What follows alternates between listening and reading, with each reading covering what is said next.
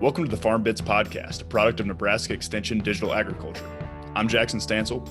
And I'm Samantha Teton, and we come to you each week to discuss the trends, the realities, and the value of digital agriculture. Through interviews and panels with experts, producers, and innovators from all sectors of digital technology, we hope that you step away from each episode with new practical knowledge of digital agriculture technology.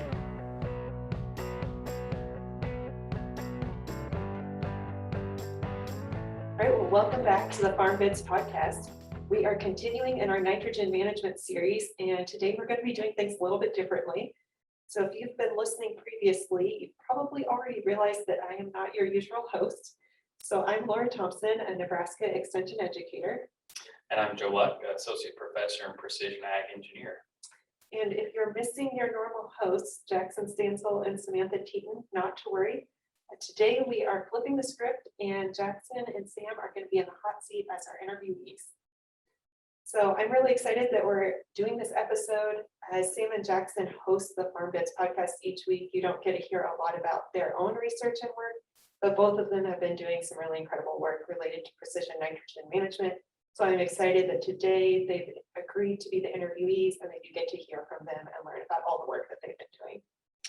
And Sam and Jackson both just within the last couple of weeks completed their master's degrees at the University of Nebraska-Lincoln. Sam graduated with the master's in Mech Systems Management, and Jackson graduated with the master's in Ag and Biological Systems Engineering. Congrats to them both. We'll pause so everybody can applause a little bit. A lot of hard work over the past few years. And in addition to all the work they did on the research side, this podcast is all because of the two of them. Supported a ton of extension work, helped out in the classrooms. So we're extremely proud of both of them. We thought this would be a great time to have them recap their research, talk about the experiences they had and the work they've been doing with precision nitrogen management.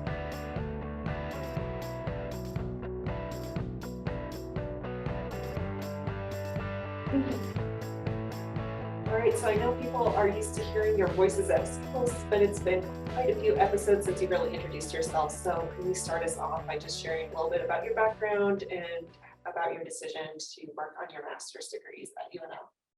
Yeah, per usual, I'm going to make you go first. Okay. So I am from a farm in Southeast Nebraska, and I have loved agronomy since I was in elementary school. So I then got my bachelor's degree here from UNL in agronomy, and then wanted to keep on going. Wanted to kind of explore something a little bit different. I'd had Dr. Luck in a class and wanted to learn more about precision agriculture. So that's how I decided to get my master's degree. And I just graduated a few weeks ago. So yeah. And I grew up in Southeast Alabama, Dothan, Alabama to be specific, and ended up going to Harvard, play football, and got an engineering sciences degree there. Got to come out here and actually work for you, Laura, for a summer, and really enjoyed that research experience. Got exposed to precision ag, and kind of led me to change my major a little bit, tailored a little bit more towards agricultural engineering. And then I had the fortune of meeting Dr. Luck while I was out here, and we kind of reconnected over graduate school. And next thing I knew, it was the right decision to come out here and do a master's degree. Of course, met Sam through that, and so. And we started this podcast. And here we are. That's the whole story. That's awesome. Thanks.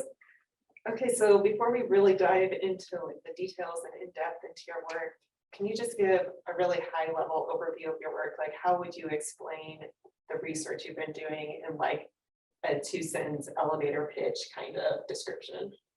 Yeah, I guess since I made you go first, yeah. First time, right? So for my work, basically what we're trying to do is we're trying to make nitrogen use more efficient. We want farmers to be more profitable and more efficient in their overall nitrogen use. Here in Nebraska, a lot of farmers put their nitrogen on via fertigation, which is a pretty sizable percentage. And so my research is tailored around using aerial imagery to inform the timing of those fertigation applications. And that's pretty much our goal. And automating that through software is the engineering side of it. So awesome. We'll get way more into details as we go. Yeah. The mission of my research is really similar, with the idea to improve nitrogen use efficiency and improve profitability for producers, but mine was on non-irrigated sites using active crop canopy sensors and UAVs, which all would, both of those methods would make a variable rate prescription or variable rating the nitrogen throughout the field based upon crop response.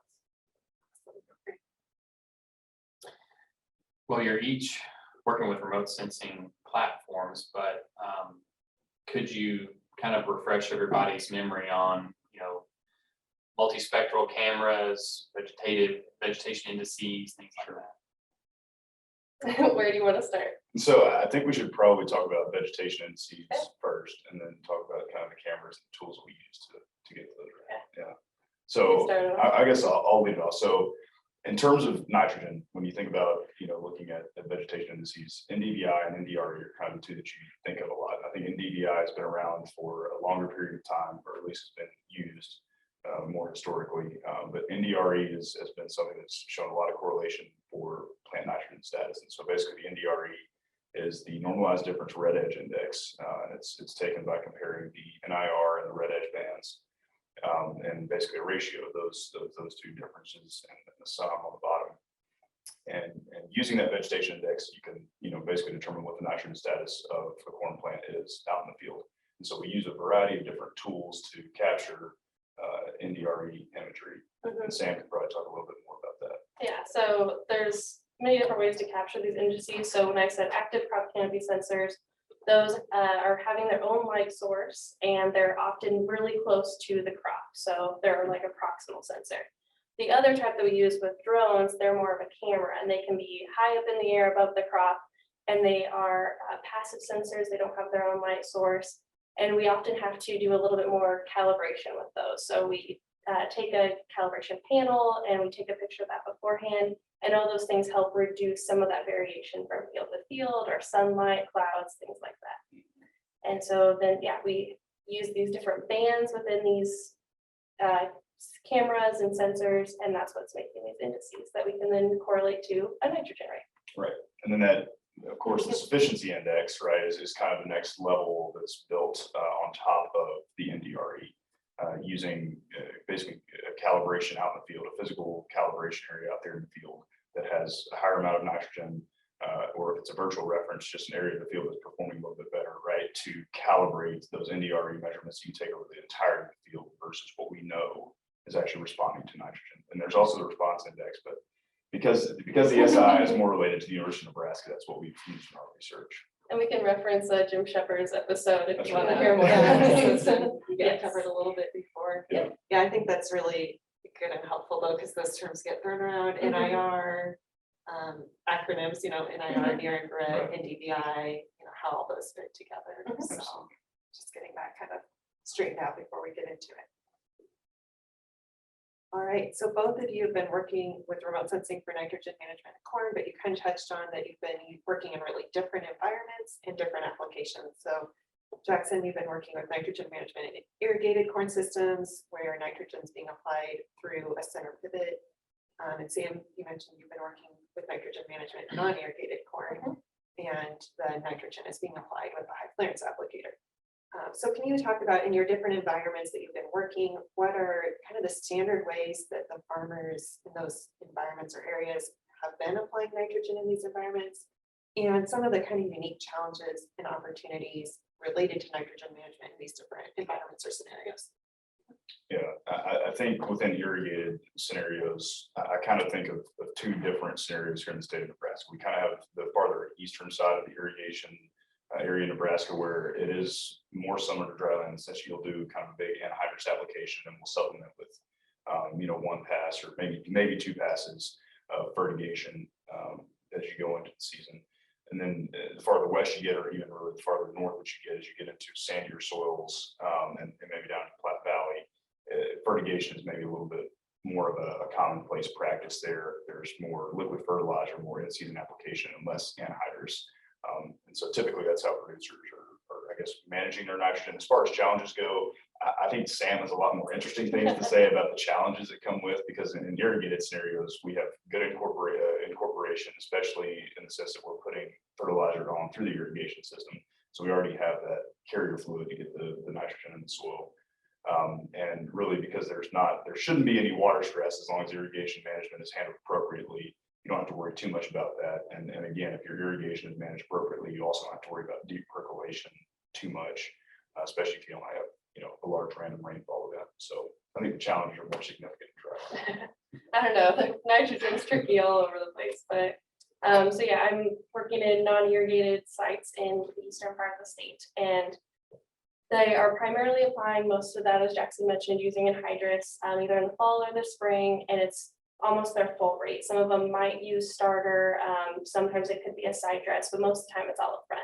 And the biggest challenge with that is that you don't know what's going to come that season. What if, I mean, there's some big rains in the spring and you leach it all out, or you know, maybe there's a drought and you already have all that nitrogen out there and that just went to waste, right? So we are losing that ability to react when we do that. But there's also challenges of applying in season, which we came across in my research, and it's been well documented in other research as well. But with these heavier soils, clay soils, it's a struggle to get that nitrogen incorporated, especially without a lot of rainfall. And you really need that rainfall really soon after the application. And if that doesn't happen, then you don't get the nitrogen response that you need. So there's some challenges both with rainfall and the soil types that we have in eastern Nebraska. Yeah, that's great. So digging just a little bit more into your research, can you talk about how you set up your studies? Maybe give a summary of kind of the overall results that you found, and tell us a little bit about the outcomes that you were hoping for and what you learned out of that. Yeah. So both of our research, we were very fortunate that we got to be a part of the On-Farm Research Network and that we were on farmers' fields. And so we're able to compare that to growers' current management to our strategies using sensor-based management techniques. So that was probably the coolest thing. It's an educational point for the farmers in the area, and a great way for us to compare to current standard practices. And it's a replicated complete block design. And as I said, the growers get to decide everything that they would like to do. And then we're out there on other treatment strips. So do you want to add to that before we go into results? Yeah, before we go to results, I guess, so with SAM studies, they're what you would think of as true strips in a field, right? They're field length strips that are going over 16 rows generally. Everything's lined up next to each other. With fertigation, you can't really do that because your application implement is going in a circle, and it's basically 1,250 feet long. And so you have a really large swath of land that you're working with. And so the way that we set up our fertigation studies is basically in 15-degree sectors that spanned about half of a quarter section. And with those 12 sectors that we had out there in the field, we had 4 different reps. So we had the randomized complete block design, but we also had some embedded rate blocks within those larger sectors that helped us both with imagery interpretation and also to kind of calibrate our results. So it's kind of a unique study design. I haven't seen anybody else really doing field size fertigation studies before. So I think it's a really interesting design, and something that we couldn't have really done before we had yield monitor data to collect data in these like pie-shaped wedges rather than strips. Exactly. Yeah. And also, I mean, even rate controllers, because sometimes we'll go out and put different rates in different sectors, with what the grower wanted to put down versus what we wanted to have as our base rate. And it's amazing what those rate controllers are able to do to keep, a ground rig applying in these specific sectors. So yeah, all the technology enables it. It is a cool setup. And then some results for my sites for both sensor types. So I'll just say sensor-based technology in general. It improved nitrogen use efficiency on all of the sites. So I had 9 research sites over 2 years, and we improved or maintained profitability on all but 1 or 2 sites. And with those, we went back and tried to track down some things that may have happened or that we could improve. So with each of those, there are certain case scenarios, but we were really excited for the improved nitrogen use efficiency. Yeah. And I guess on the fertigation side, out of the 10 different sites that we had over the course of 2 years, 94% showed increases in nitrogen use efficiency versus typical grower management. 59% of them showed increases in profitability versus typical grower management. And if you look at kind of the median, and this isn't talking statistically significant or anything like that, but median numerical differences. One of our particular approaches to fertigation management, because we had different parameters in different years, one of our particular approaches actually was able to get to $8 and about 30 cents an acre better than the grower, with about a 15 unit increase in PFP.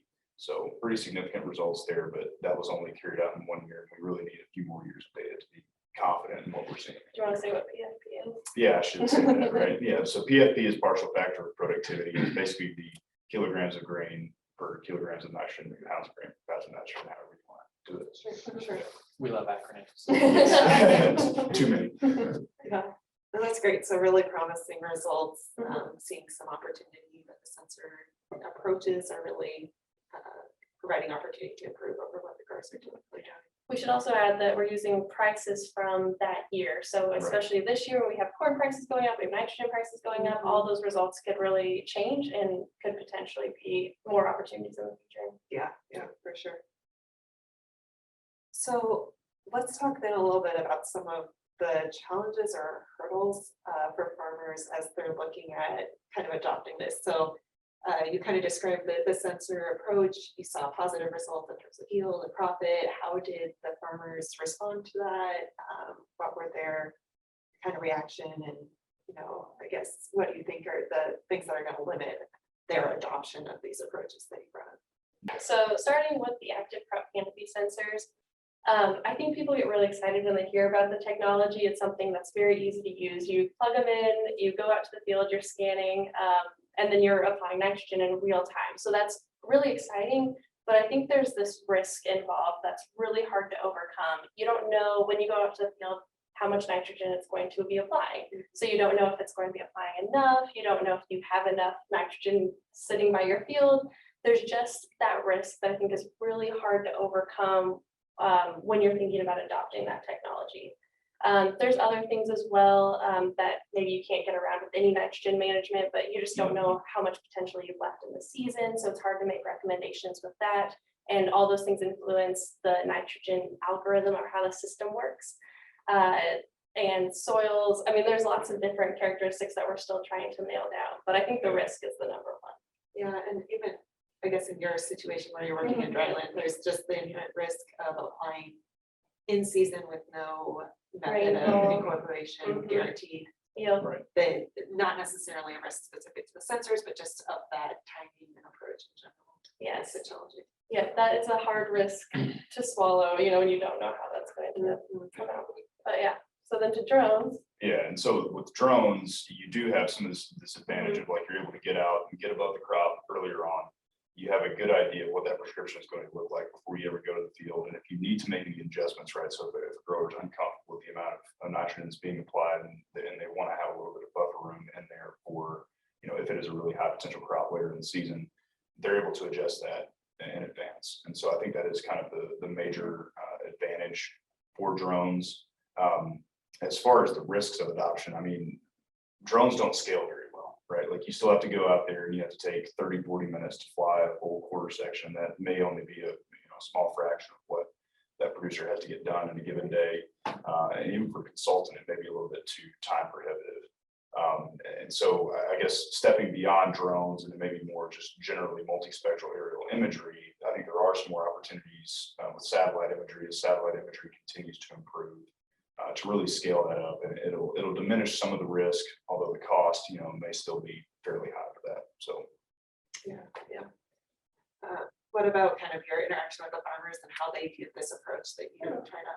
yeah, at least on the fertigation side, I think a lot of farmers are very encouraged by it. It is such kind of a niche place because there's not really any management out there commercially that is targeted for fertigation specifically. And so for some of these guys that are trying to make better decisions for fertigation, this is, I think, a really exciting opportunity. With having to put the rate blocks in the field and some of these other aspects of it, right? Like it's not just imagery. It's kind of one of the main things with our fertigation approach. It requires kind of a change in management strategy. It doesn't mean that it can't integrate with current management, but it does require kind of a paradigm shift in terms of how you do your management. And I think that is something that growers that I'm even working with right now have kind of a hard time swallowing for doing it on all their acres. But I think they're very excited about the potential that it could bring. You both worked with a lot of farmers in your projects. What do you think? What do you think are the biggest hurdles? Thinking specifically about sensor-based fertigation or active or passive variable rate nitrogen in season recommendations, especially in rain-fed. What do you think are some of the biggest barriers that are going to keep people from getting into those potential solutions? And how do we help them overcome that? I think one of them I think one of the first ones is a mindset type of thing, and I don't know how we're gonna overcome that, but I think we've had a lot of different technologies, we've had a lot of, I mean, in the series, we talked about models, we talked about sensors, and you still go to a producer and a lot of them are still, I mean, maybe bushel to pounds of nitrogen, and they're just doing a direct amount to apply with their yield goal. And that's a good strategy, but we have a lot of great technology out there now, and I think that's a big challenge.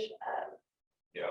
That's my first one. We have a lot more, but. Yeah, I guess when I think about the three major things that will impact sensor-based fertigation specifically, and I think this actually extends out to general sensor-based management for nitrogen.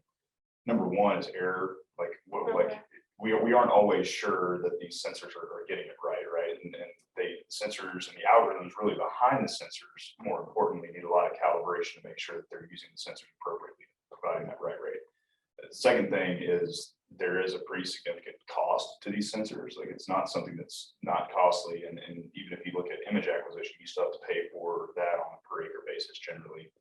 And so that cost combined with the error can already be kind of a barrier to adoption. But then time is also a major thing, especially for producers that are trying to get out there and they're trying to spray their fields during the same time interval if they need to be monitoring for nitrogen. They're trying to do all these other activities on their farm. And so I think there's a huge opportunity for automation in that particular area. If you're able to get to the point that an algorithm is well developed enough that it can be automated and you truly can have that workflow. So I think there's a huge opportunity for that in terms of, I know I'm talking a lot, but in terms of like kind of getting past these barriers. And one thing I've been thinking about a lot recently is how do we de-risk these technologies for the very first time, right? Like how does a farmer pick it up and try it for a few years and have it be kind of a lower risk opportunity? I don't know if that's insurance for the technologies, like if they're well vetted enough that then like an insurance agency is willing to provide insurance on that technology and a farmer using it if something does go wrong. And I don't really know how you de-risk it. Maybe it's carbon credits that are offering, you know, incentives for farmers who pick up this technology, and all of a sudden you get that carbon credit payment to make up for what you may lose. I don't know what it is, but I think de-risking is something that's going to happen for these technologies to get adopted more. Yeah, and along those lines is we've been doing this research and have promising results, but farmers still want to see it on their own acres. And it's hard to sometimes do that. I mean, to do like my research with the active crop canopy sensors and the high clearance nitrogen applicator, that's a huge upfront cost, like you said. But they want to see it on their own farm first, which is what the On Farm Research Network can do. But there's just so much variability in weather and soils and everything that sometimes it just takes a little bit jumpstart, or it takes a little bit to get over the curve or the adoption curve. Well, and like something you've seen, you know, with one of our producers we cooperate with, one management change like cover crops can have such a huge impact really on how well sensors perform within a certain management strategy. So it's the same thing with fertigation. You know, there's a big early season application or a really small early season application that can impact how the rest of the management strategy goes. So yeah, it definitely has to be looked at as a system approach, and everyone's system is different, and really trying to you know, take that into account. Like you mentioned, that's really seeing it on your own field and your own very specific management strategy is really valuable. Right. So maybe you mentioned a little bit, Jackson, a little bit about the time it takes on processing and the images and things like that. So could you expand maybe a little bit more on some of the challenges related to maybe the image acquisition, and then also kind of share a little bit about some of the work you're doing to try to automate some of this and the tools you're trying to develop to do that? Sure. Yeah. So in terms of image acquisition, I mean, Sam and I have had many days where we've just driven around between fields, and like I said earlier, it's about 50 minutes really from putting together that drone to taking it out of the air, and that's to get essentially 80 to 160 acres worth of imagery. So it's not super high throughput. That's what and with a fixed wing drone, yeah. And so like if you get a multi-rotor, it may even be a longer time. So you run into wind, and really I'm just going to generally call it environmental challenges. Right? So you have all these environmental challenges. You got clouds, whatever, especially here in Nebraska, right? Yeah. And all of that, it can be kind of a pain on the acquisition side, but really it's more influential on the processing side, right? And And so when you take imagery of a field, you essentially have a bunch of individual images that you take during the course of a flight that have to be stitched together using some sort of software. And when you have clouds, you have winds blowing corn all over the place, any sort of shadows, that processing can take even longer. So your processing time just increases a lot. And so with drone imagery, you're already looking at about 2 hours to get an image actually out of the field, maybe 3 hours. So that's part of the time cost, but then also doing the analysis, right? So if you want to get rid of some of the artifacts in imagery, like for example, in my case, pivots. Soil pixels if you're flying early on. Yeah, and so if you're trying to actually process all these out, if you're doing it manually, it's a really long process, and even in the GIS software. And if you're computing statistics on top of that, and you're actually trying to apply algorithms manually, I mean, you can see how the time adds up quite a bit. And all those extra processes, from what I've seen personally doing this manually for fertigation in the first year of the study, is around 2 hours to really produce all the layers that you need to for a field for a full prescription to get to a grower. To get from that image. To get from the image to after it's the been nitrogen stitched all the way to the nitrogen recommendation. And so if you think about doing that on 20 fields, that's pretty much a 40-hour work week for somebody right there. And that's a very full week. And so what we've been working on is kind of putting together a software we call Enzyme Fertigation Management System that essentially automates the entire process from import of that imagery through export of all the prescription layers and analytics layers that are needed to make a fertigation prescription for a particular field and execute that application. And those are formatted for the pumps that they're going to and the rate controllers. And it's basically reduced the time that it takes to get from that image to that prescription to about 7 minutes for a drone image, and to about 1.5 to 3 minutes for satellite. So it's a pretty quick turnaround. Yeah, it's a huge increase. Yeah, Big difference. absolutely. And imagine if it was satellite imagery and then into a Exactly. prescription, it would just be instantaneous. Yeah, pretty much. So you're kind of describing like the future, maybe the more attainable application would be using something like satellite imagery, using this processing system that you're developing that really cuts the processing time and automates the workflow. Do you see any challenges like with transitioning to the satellite imagery? What you've been testing mostly so far has been on drones. There's some unique challenges there. Yeah, I think the main challenge is that the NDRE index that we use, which is especially effective as you get into the later stages of corn growth, which is really when fertigation is happening for the most part, it's just not available, or at least not widely available in commercial satellite applications right now. And Planet Labs is apparently coming out with a lot of NDRE imagery, which is very exciting, but it's still at 3 meters of resolution. And so if you think about using this for early season imagery, and you have inconsistent crop canopy, you maybe have weeds in certain locations and inconsistent soil background, maybe different soil types that are affecting reflectance a little bit more within your imagery, you can't filter that out at 3 meters. If you're capturing imagery at 12 centimeters a pixel, it's a little bit more realistic, which is what we do with drones. And really, there are drone technologies that you're getting down to 0.5 centimeter a pixel now if you really want to. Yeah. But you can't quite do the data cleaning and data quality control with satellite that you can with drones right now. So I think it's definitely a transitional period, and there will be a lot of challenges.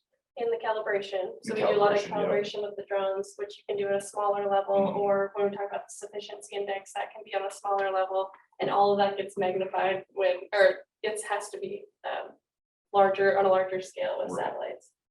I guess you really never know when there's going to be a cloud coming into your field either, and so getting consistent quality imagery out of satellite is, I think, just going to be probably the biggest hurdle in general.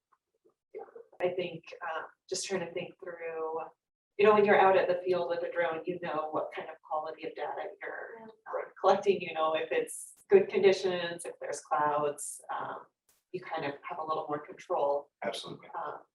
Definitely see the need to move towards something that's more efficient and quick to Mhm. collect, but just kind of wondering what those challenges or trade-offs and like ensuring that your image quality is there as you're getting these satellite images that you have no control over, like Right. when it's passing over, what the weather is doing. Yeah. And maybe don't even necessarily know, like, is that shadow a cloud, or Exactly. like, is that something that's really happening in the field? Like, if Yeah. we weren't there to, you know, really like observe that, so. And some then challenges. there have been a lot of, I think, advancements in computer vision and kind of Mhm. machine learning on those aspects. So Planet, for example, they will not release an image, or basically they start tagging every image that has over 15% cloud cover via some algorithm that they have on the back end. So that's the type of stuff that may get stored in image metadata as it's coming down, right? And so if you're thinking about automating this process, it may be one of those things where, okay, that metadata has to be checked before we ever let it run through the algorithm. And I do think there are a lot of advancements there. I mean, basic clustering algorithms, actually, I did a project in the computer vision class that we have here that was literally looking at how do you pull out clouded and shadowed images from a data set from like Terry Avion when they were still operating. So we were looking at Terry Avion images, and using just a basic k-means clustering approach with some additional thresholding, we were able to basically identify close to 90% of those clouded and shadowed images correctly, and actually literally form polygon boundaries around those clouded areas that matched up at very high efficiency with manually drawn boundaries around those clouds. And so there are a lot of people that are a lot smarter than me that are working on these algorithms, and I'm sure that, you know, there are some good automated algorithms coming to be able to really clean that data well. It's just, we're maybe not there yet, but I think that people are working on those. Yeah, that's great to hear, especially since that's going to be important as you kind of are able to implement these into more applications beyond just looking at these, you know, images, being able to actually make actionable items off of them. Absolutely. My question is going to follow a little bit on next steps. So Jackson, what's next steps for in time? How are we going to get that out there for people to use? And then also Sam, probably follow up with you on, you know, what do we need to do next to get people really thinking about sensor-based nitrogen management on our other fields? Okay, so to start off, I think, so one of the challenges that I didn't dive into too much, but is that we don't have that predictive part when we're using sensor-based nitrogen. And so I think the future is to somehow incorporate that. If we need to know the yield potential, maybe that's using a model-based approach, and we're helping inform the model or calibrate the model or adjust it using imagery or active sensors or something like that. I think we can't just be reactive. We can't just go by one method anymore. There's limitations to all of these, and we need to figure out a way to combine them. So I think that's one thing. The other limitation of my research that I think is going to have to be addressed was some logistic challenges. So if it's time to apply nitrogen, it's hard to get to all the fields that you need to if your sensors say, okay, you should go out and apply today, or if you know that a rain's coming, and so you want it to get incorporated, but you can't go apply all your fields in one day. So, you know, something really futuristic, automation type techniques, something that we can apply the nitrogen, where it's not just taking your high clearance nitrogen applicator to all the fields. So I think there's some major challenges, major hurdles that we're gonna have to come up with some new technology. Mm-hmm. Yeah, it's thinking about the dry land system is it's so tough, because like one of the major things is that application timing. It's like, how do you get around that? Robotics may be the only way to do it eventually. Well, especially in those cases, we know people want to go out and do like a rescue operation on a field. You know, how can we get them to consider this where not all that field, not every place needs to be rescued? Yeah. Can we use sensors to try and get into those situations? Because they're going to be out there doing it. That's right. Yeah, for sure. On the end time side, I guess, we're trying to push towards commercialization and just try to get it out there and allow people to start using it. Right now, the program basically exists as a desktop application that is written in kind of a language that is very hard to scale from. It's a great analytical language, but it's not really kind of a user interface friendly language.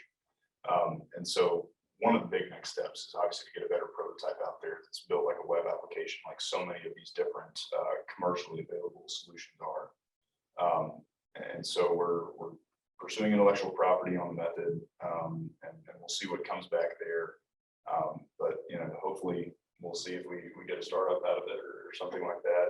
And it really, I think that's the tough part, right? It's like on the academic side, it's hard to maintain the funding that's necessary and manpower that's necessary to keep a project like this going for years on end and actually have it be scalable enough for people to benefit from. So, you know, as much as it's like, well, you know, why is it necessarily being commercialized? Well, in some ways, that may be for the greater benefit of whoever wants to use it. And there's still a long way to go on the research side, right? We still have a lot of things to vet out. But it does seem like it's a solution that has a pretty good opportunity. Well, that might be a kind of a good transition. We mentioned at the beginning that you both have just graduated with your master's degrees. So maybe could you kind of share what's next for you? You just talked about what you're Yes. doing. Go ahead. Yeah, so I'm actually sticking around at the University of Nebraska to host FarmBits primarily. No, I'm just kidding. Sam has left me with that duty now at this Yeah. point. But I'm pursuing a PhD in biological engineering, staying with Dr. Luck as my advisor, and I'm going to continue working kind of in the fertigation space and kind of pursue the development of a high resolution fertigation system. So trying to get down to subspan, maybe even to sprinkler level resolution. It's probably going to end up being 2 to 3 sprinkler resolution, just for the realities of irrigation application. But getting to that higher resolution so that we can really increase, I guess, first on the research side, it's going to be primarily a research tool for the early lifespan of it.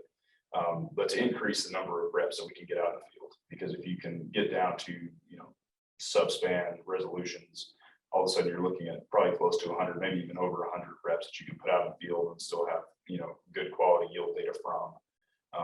If you're willing to plant a field in a circle, and so it could help accelerate a lot of this nitrogen dynamics and water dynamics research that we really want to achieve. By essentially decoupling our irrigation systems and our nitrogen application systems and having variable rate on both. I mean, there are a lot of cool studies that you can kind of think about doing once that tool is available. So that's what I'll be working on for the next 3 years, and then I guess in all the free time that's associated with that, trying to see if we can keep furthering in time. So, Excited to see how it progresses in the next few years. yeah. Really cool that you identified the limitation in your master's project and it's leading right into your PhD project. This is true. You're going to be able to replicate all the 2 years of data you collected in one site in one season. If you get your PhD project done. So. Yeah, that was a funny conversation we had the other day when you pointed that out, and I was like, yeah, it's actually really true. Like, we'll have more reps in that one field site in 1 year than we would have in basically 3 years of doing fertigation. So it's kind of crazy. So everyone needs to update their pivots to Not now. wait till end time comes out. Yeah.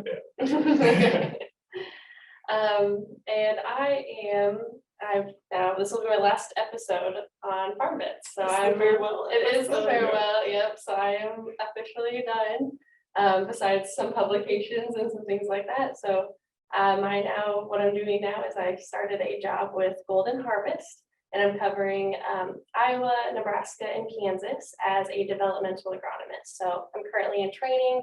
I get to learn from all these excellent agronomists and help them. I'm flying fields with their drone technology, helping with plots and trials and things like that. And then hoping within a year or two, I'll have my own territory and will be an agronomist with Golden Harvest. So. I also heard that you got roped into doing a podcast. Yes, you can hear me again on podcasts as a podcast host for Golden Harvest. Well, once that podcast comes out, we'll promo it on the FarmBits podcast. You'll have to send the title information over. Sounds good. So you've both been heavily involved in, field research the past 2 years.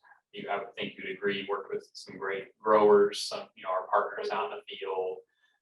We're extremely proud of the work that you both did. And we're lucky to have both of you in the program. You're kind of part of the Nebraska Digital Ag family, for life now.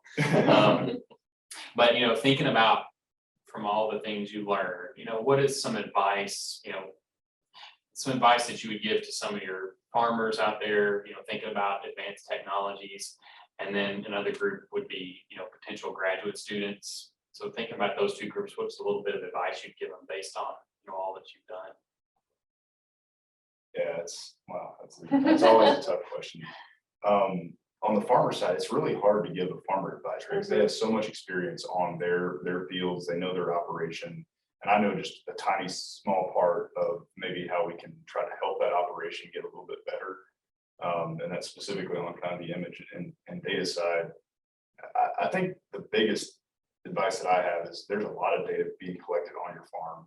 And you need to have some way of leveraging that to actually impact your farm. It can't just sit, in storage on a thumb drive all the time. It needs to produce some sort of actionable decision. And so I think using that data and also taking time to let this data kind of play out and some of the decisions that you make and some of the technology actually play out, and not just looking at it for 1 year and saying it didn't work and kind of letting it go. I think those are kind of my two biggest things. Is just stick with the process and also make sure you're using kind of that value that you're already creating on your farm. So.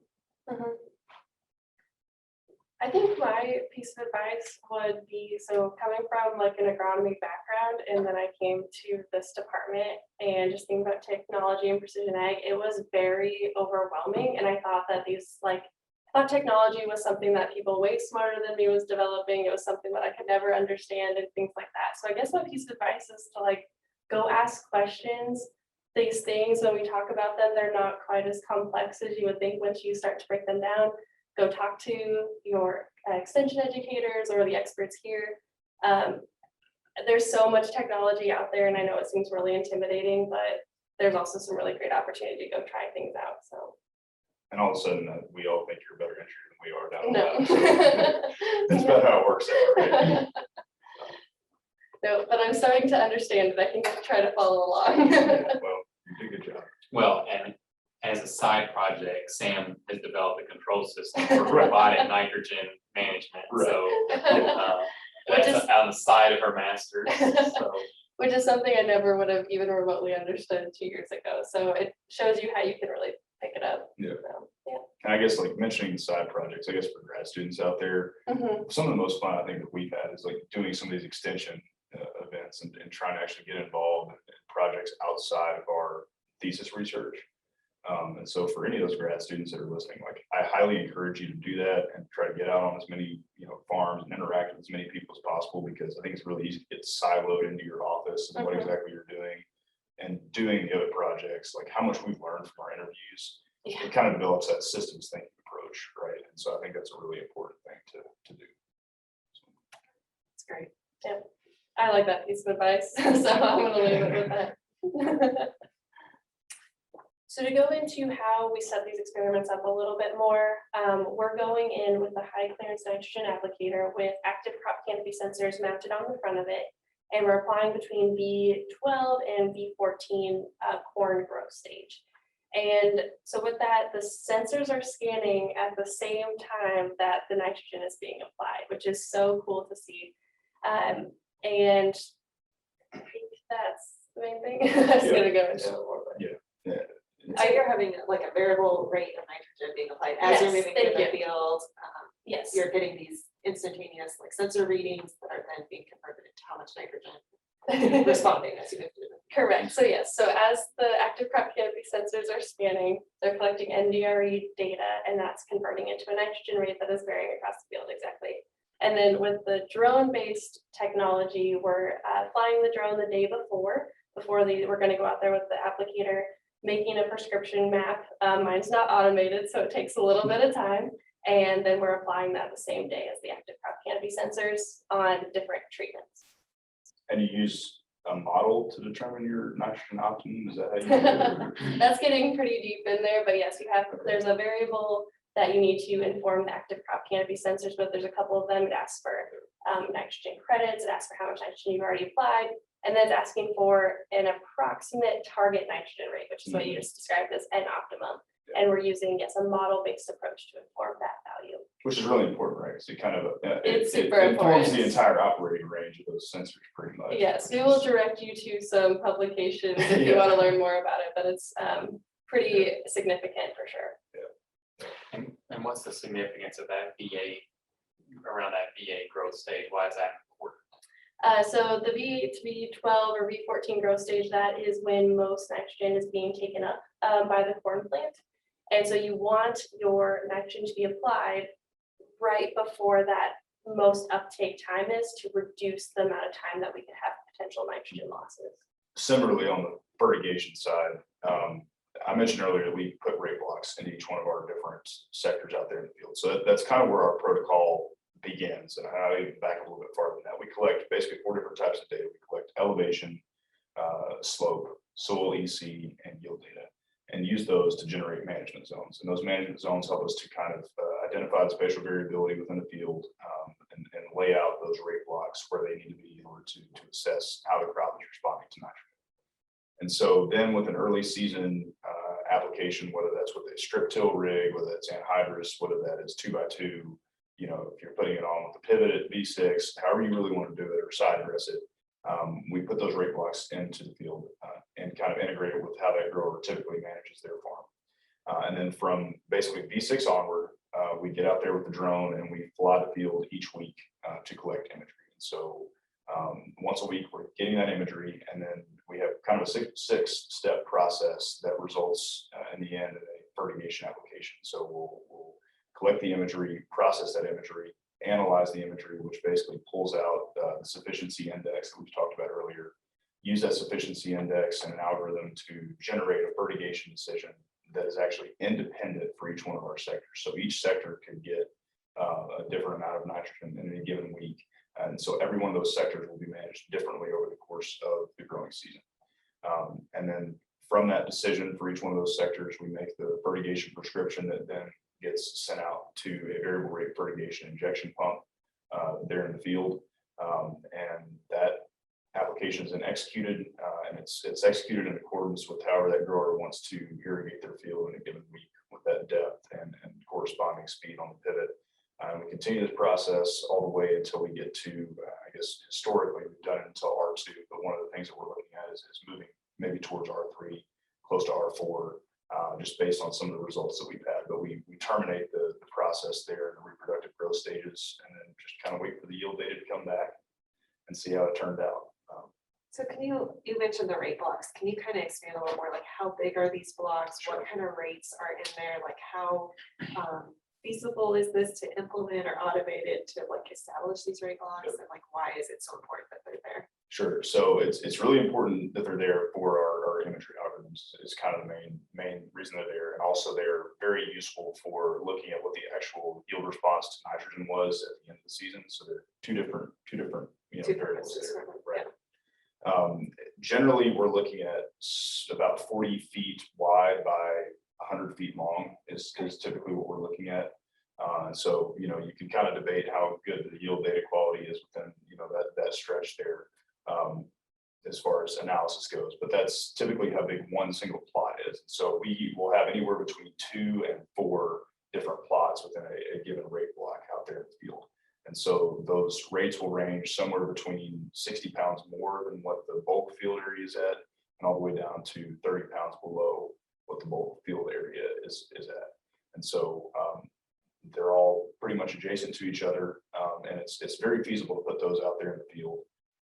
With modern rate controllers, you still have to compensate for some of the lag time that we know is associated with rate controllers and actually getting there. So we typically make our prescriptions for blocks that are much larger than what we actually need in the field. But we actually had a situation this year as we're continuing on in research where I literally was just sitting at my desk and I had the John Deere Operations Center pulled up for one of my growers, and he was like, "Yeah, I'm at the field. I appreciate if you upload the prescription." Just set up my desk, click the button, and I basically was watching him put the rate blocks in as he was driving through the field virtually on my screen as I was still coding. It was a really cool experience, right? Because I was getting to see how quickly the rate controller was responding. And fortunately, we did make the blocks long enough because we really weren't hitting that target rate until we were dead center in that block. And really for that, you only had 30 or 40 feet left out of that 150 that were prescribed.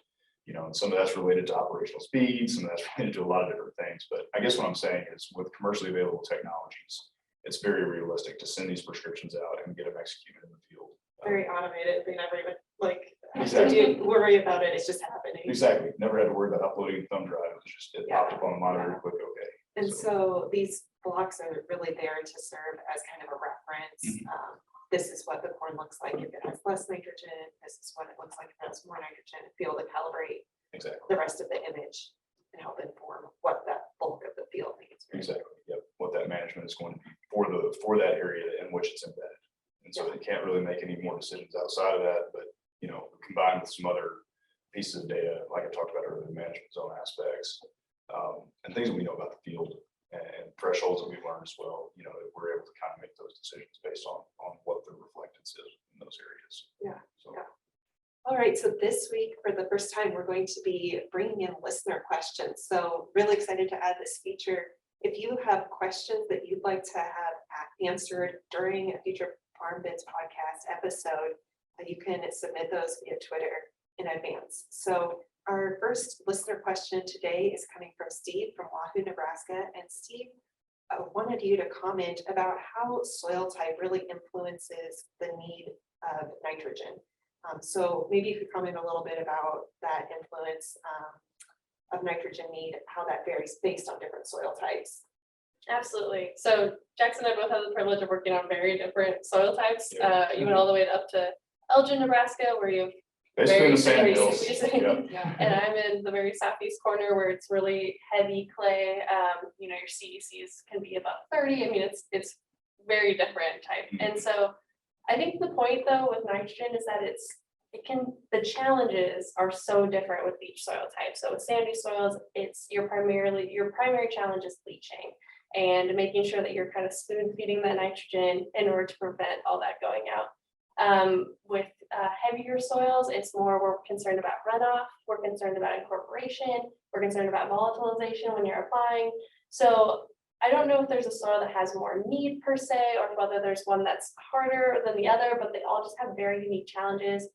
Your drainage can influence all those things because that's changing conversions. There are different organic matter levels and your ability to mineralize that nitrogen, CEC levels, all those types of things just introduce different challenges, and which makes nitrogen unique for each field. Yeah, I guess it's not so much about like what the need is, particularly on that field. It's more about in what particular year, how much are you holding on to, right? Like how much do you have available in the soil when the crop really needs it? How can we minimize those losses? Exactly, and I guess to like tie that into our sensor-based approach here on this episode and our topic. If you're thinking about different organic matter levels and kind of the temporal variation that we have in weather and how much that can change your mineralization year to year, how much big rain events can change your leaching from year to year. Within a single growing season, you may have enough nitrogen, for the early part of the season, and then all of a sudden run out due to really large rain events or irrigation mismanagement later in the season. I think that's really where sensor-based management can shine, right? If you're thinking about kind of the dryland scenario that you work in, if you have some of those big early season rains, or if it's been dry there early in the season and it's affected certain parts of your fields worse than it has others, you can cut back where you need to in certain areas of that field and also put more in those areas that have higher potential with the sensors, right? On the fertigation side, where we're dealing a lot more with sandy soils, and we deal with some of this leaching and or just the fact that we can't hold on to a lot in that soil profile, and it can very easily get flushed with any sort of rain event or irrigation event. Getting that timing right and being able to apply multiple times only when the crop needs it over the course of that growing season is really important. And if we've got a cover crop that's decomposing later in the season, maybe we need to cut back on nitrogen, but we don't really know that, right? Unless the sensors are out there kind of telling us what's going on. Otherwise, it looks like it could be at risk of not having enough nitrogen, which is one thing that we saw in one of our irrigation fields last year. So I just think there's a lot of potential with this huge variability in need, not only spatially, but temporally as well, to use these sensors to your advantage. Exactly. Yeah. If we know that soils all react differently, how can we capture that with a variable rate, either prescription or responding with sensors? Yeah, thinking about not only that spatial variability that occurs between fields, like in the very different regions that you're working in, but even within a field that there could be maybe ponded areas or sandy knolls, or all different textures and landscape positions that are going to be influencing the nitrogen dynamics, which in turn eventually results in what that different nitrogen need would be. Exactly. Yep. Yeah. Great. Well, thanks, Steve. Thanks, Steve.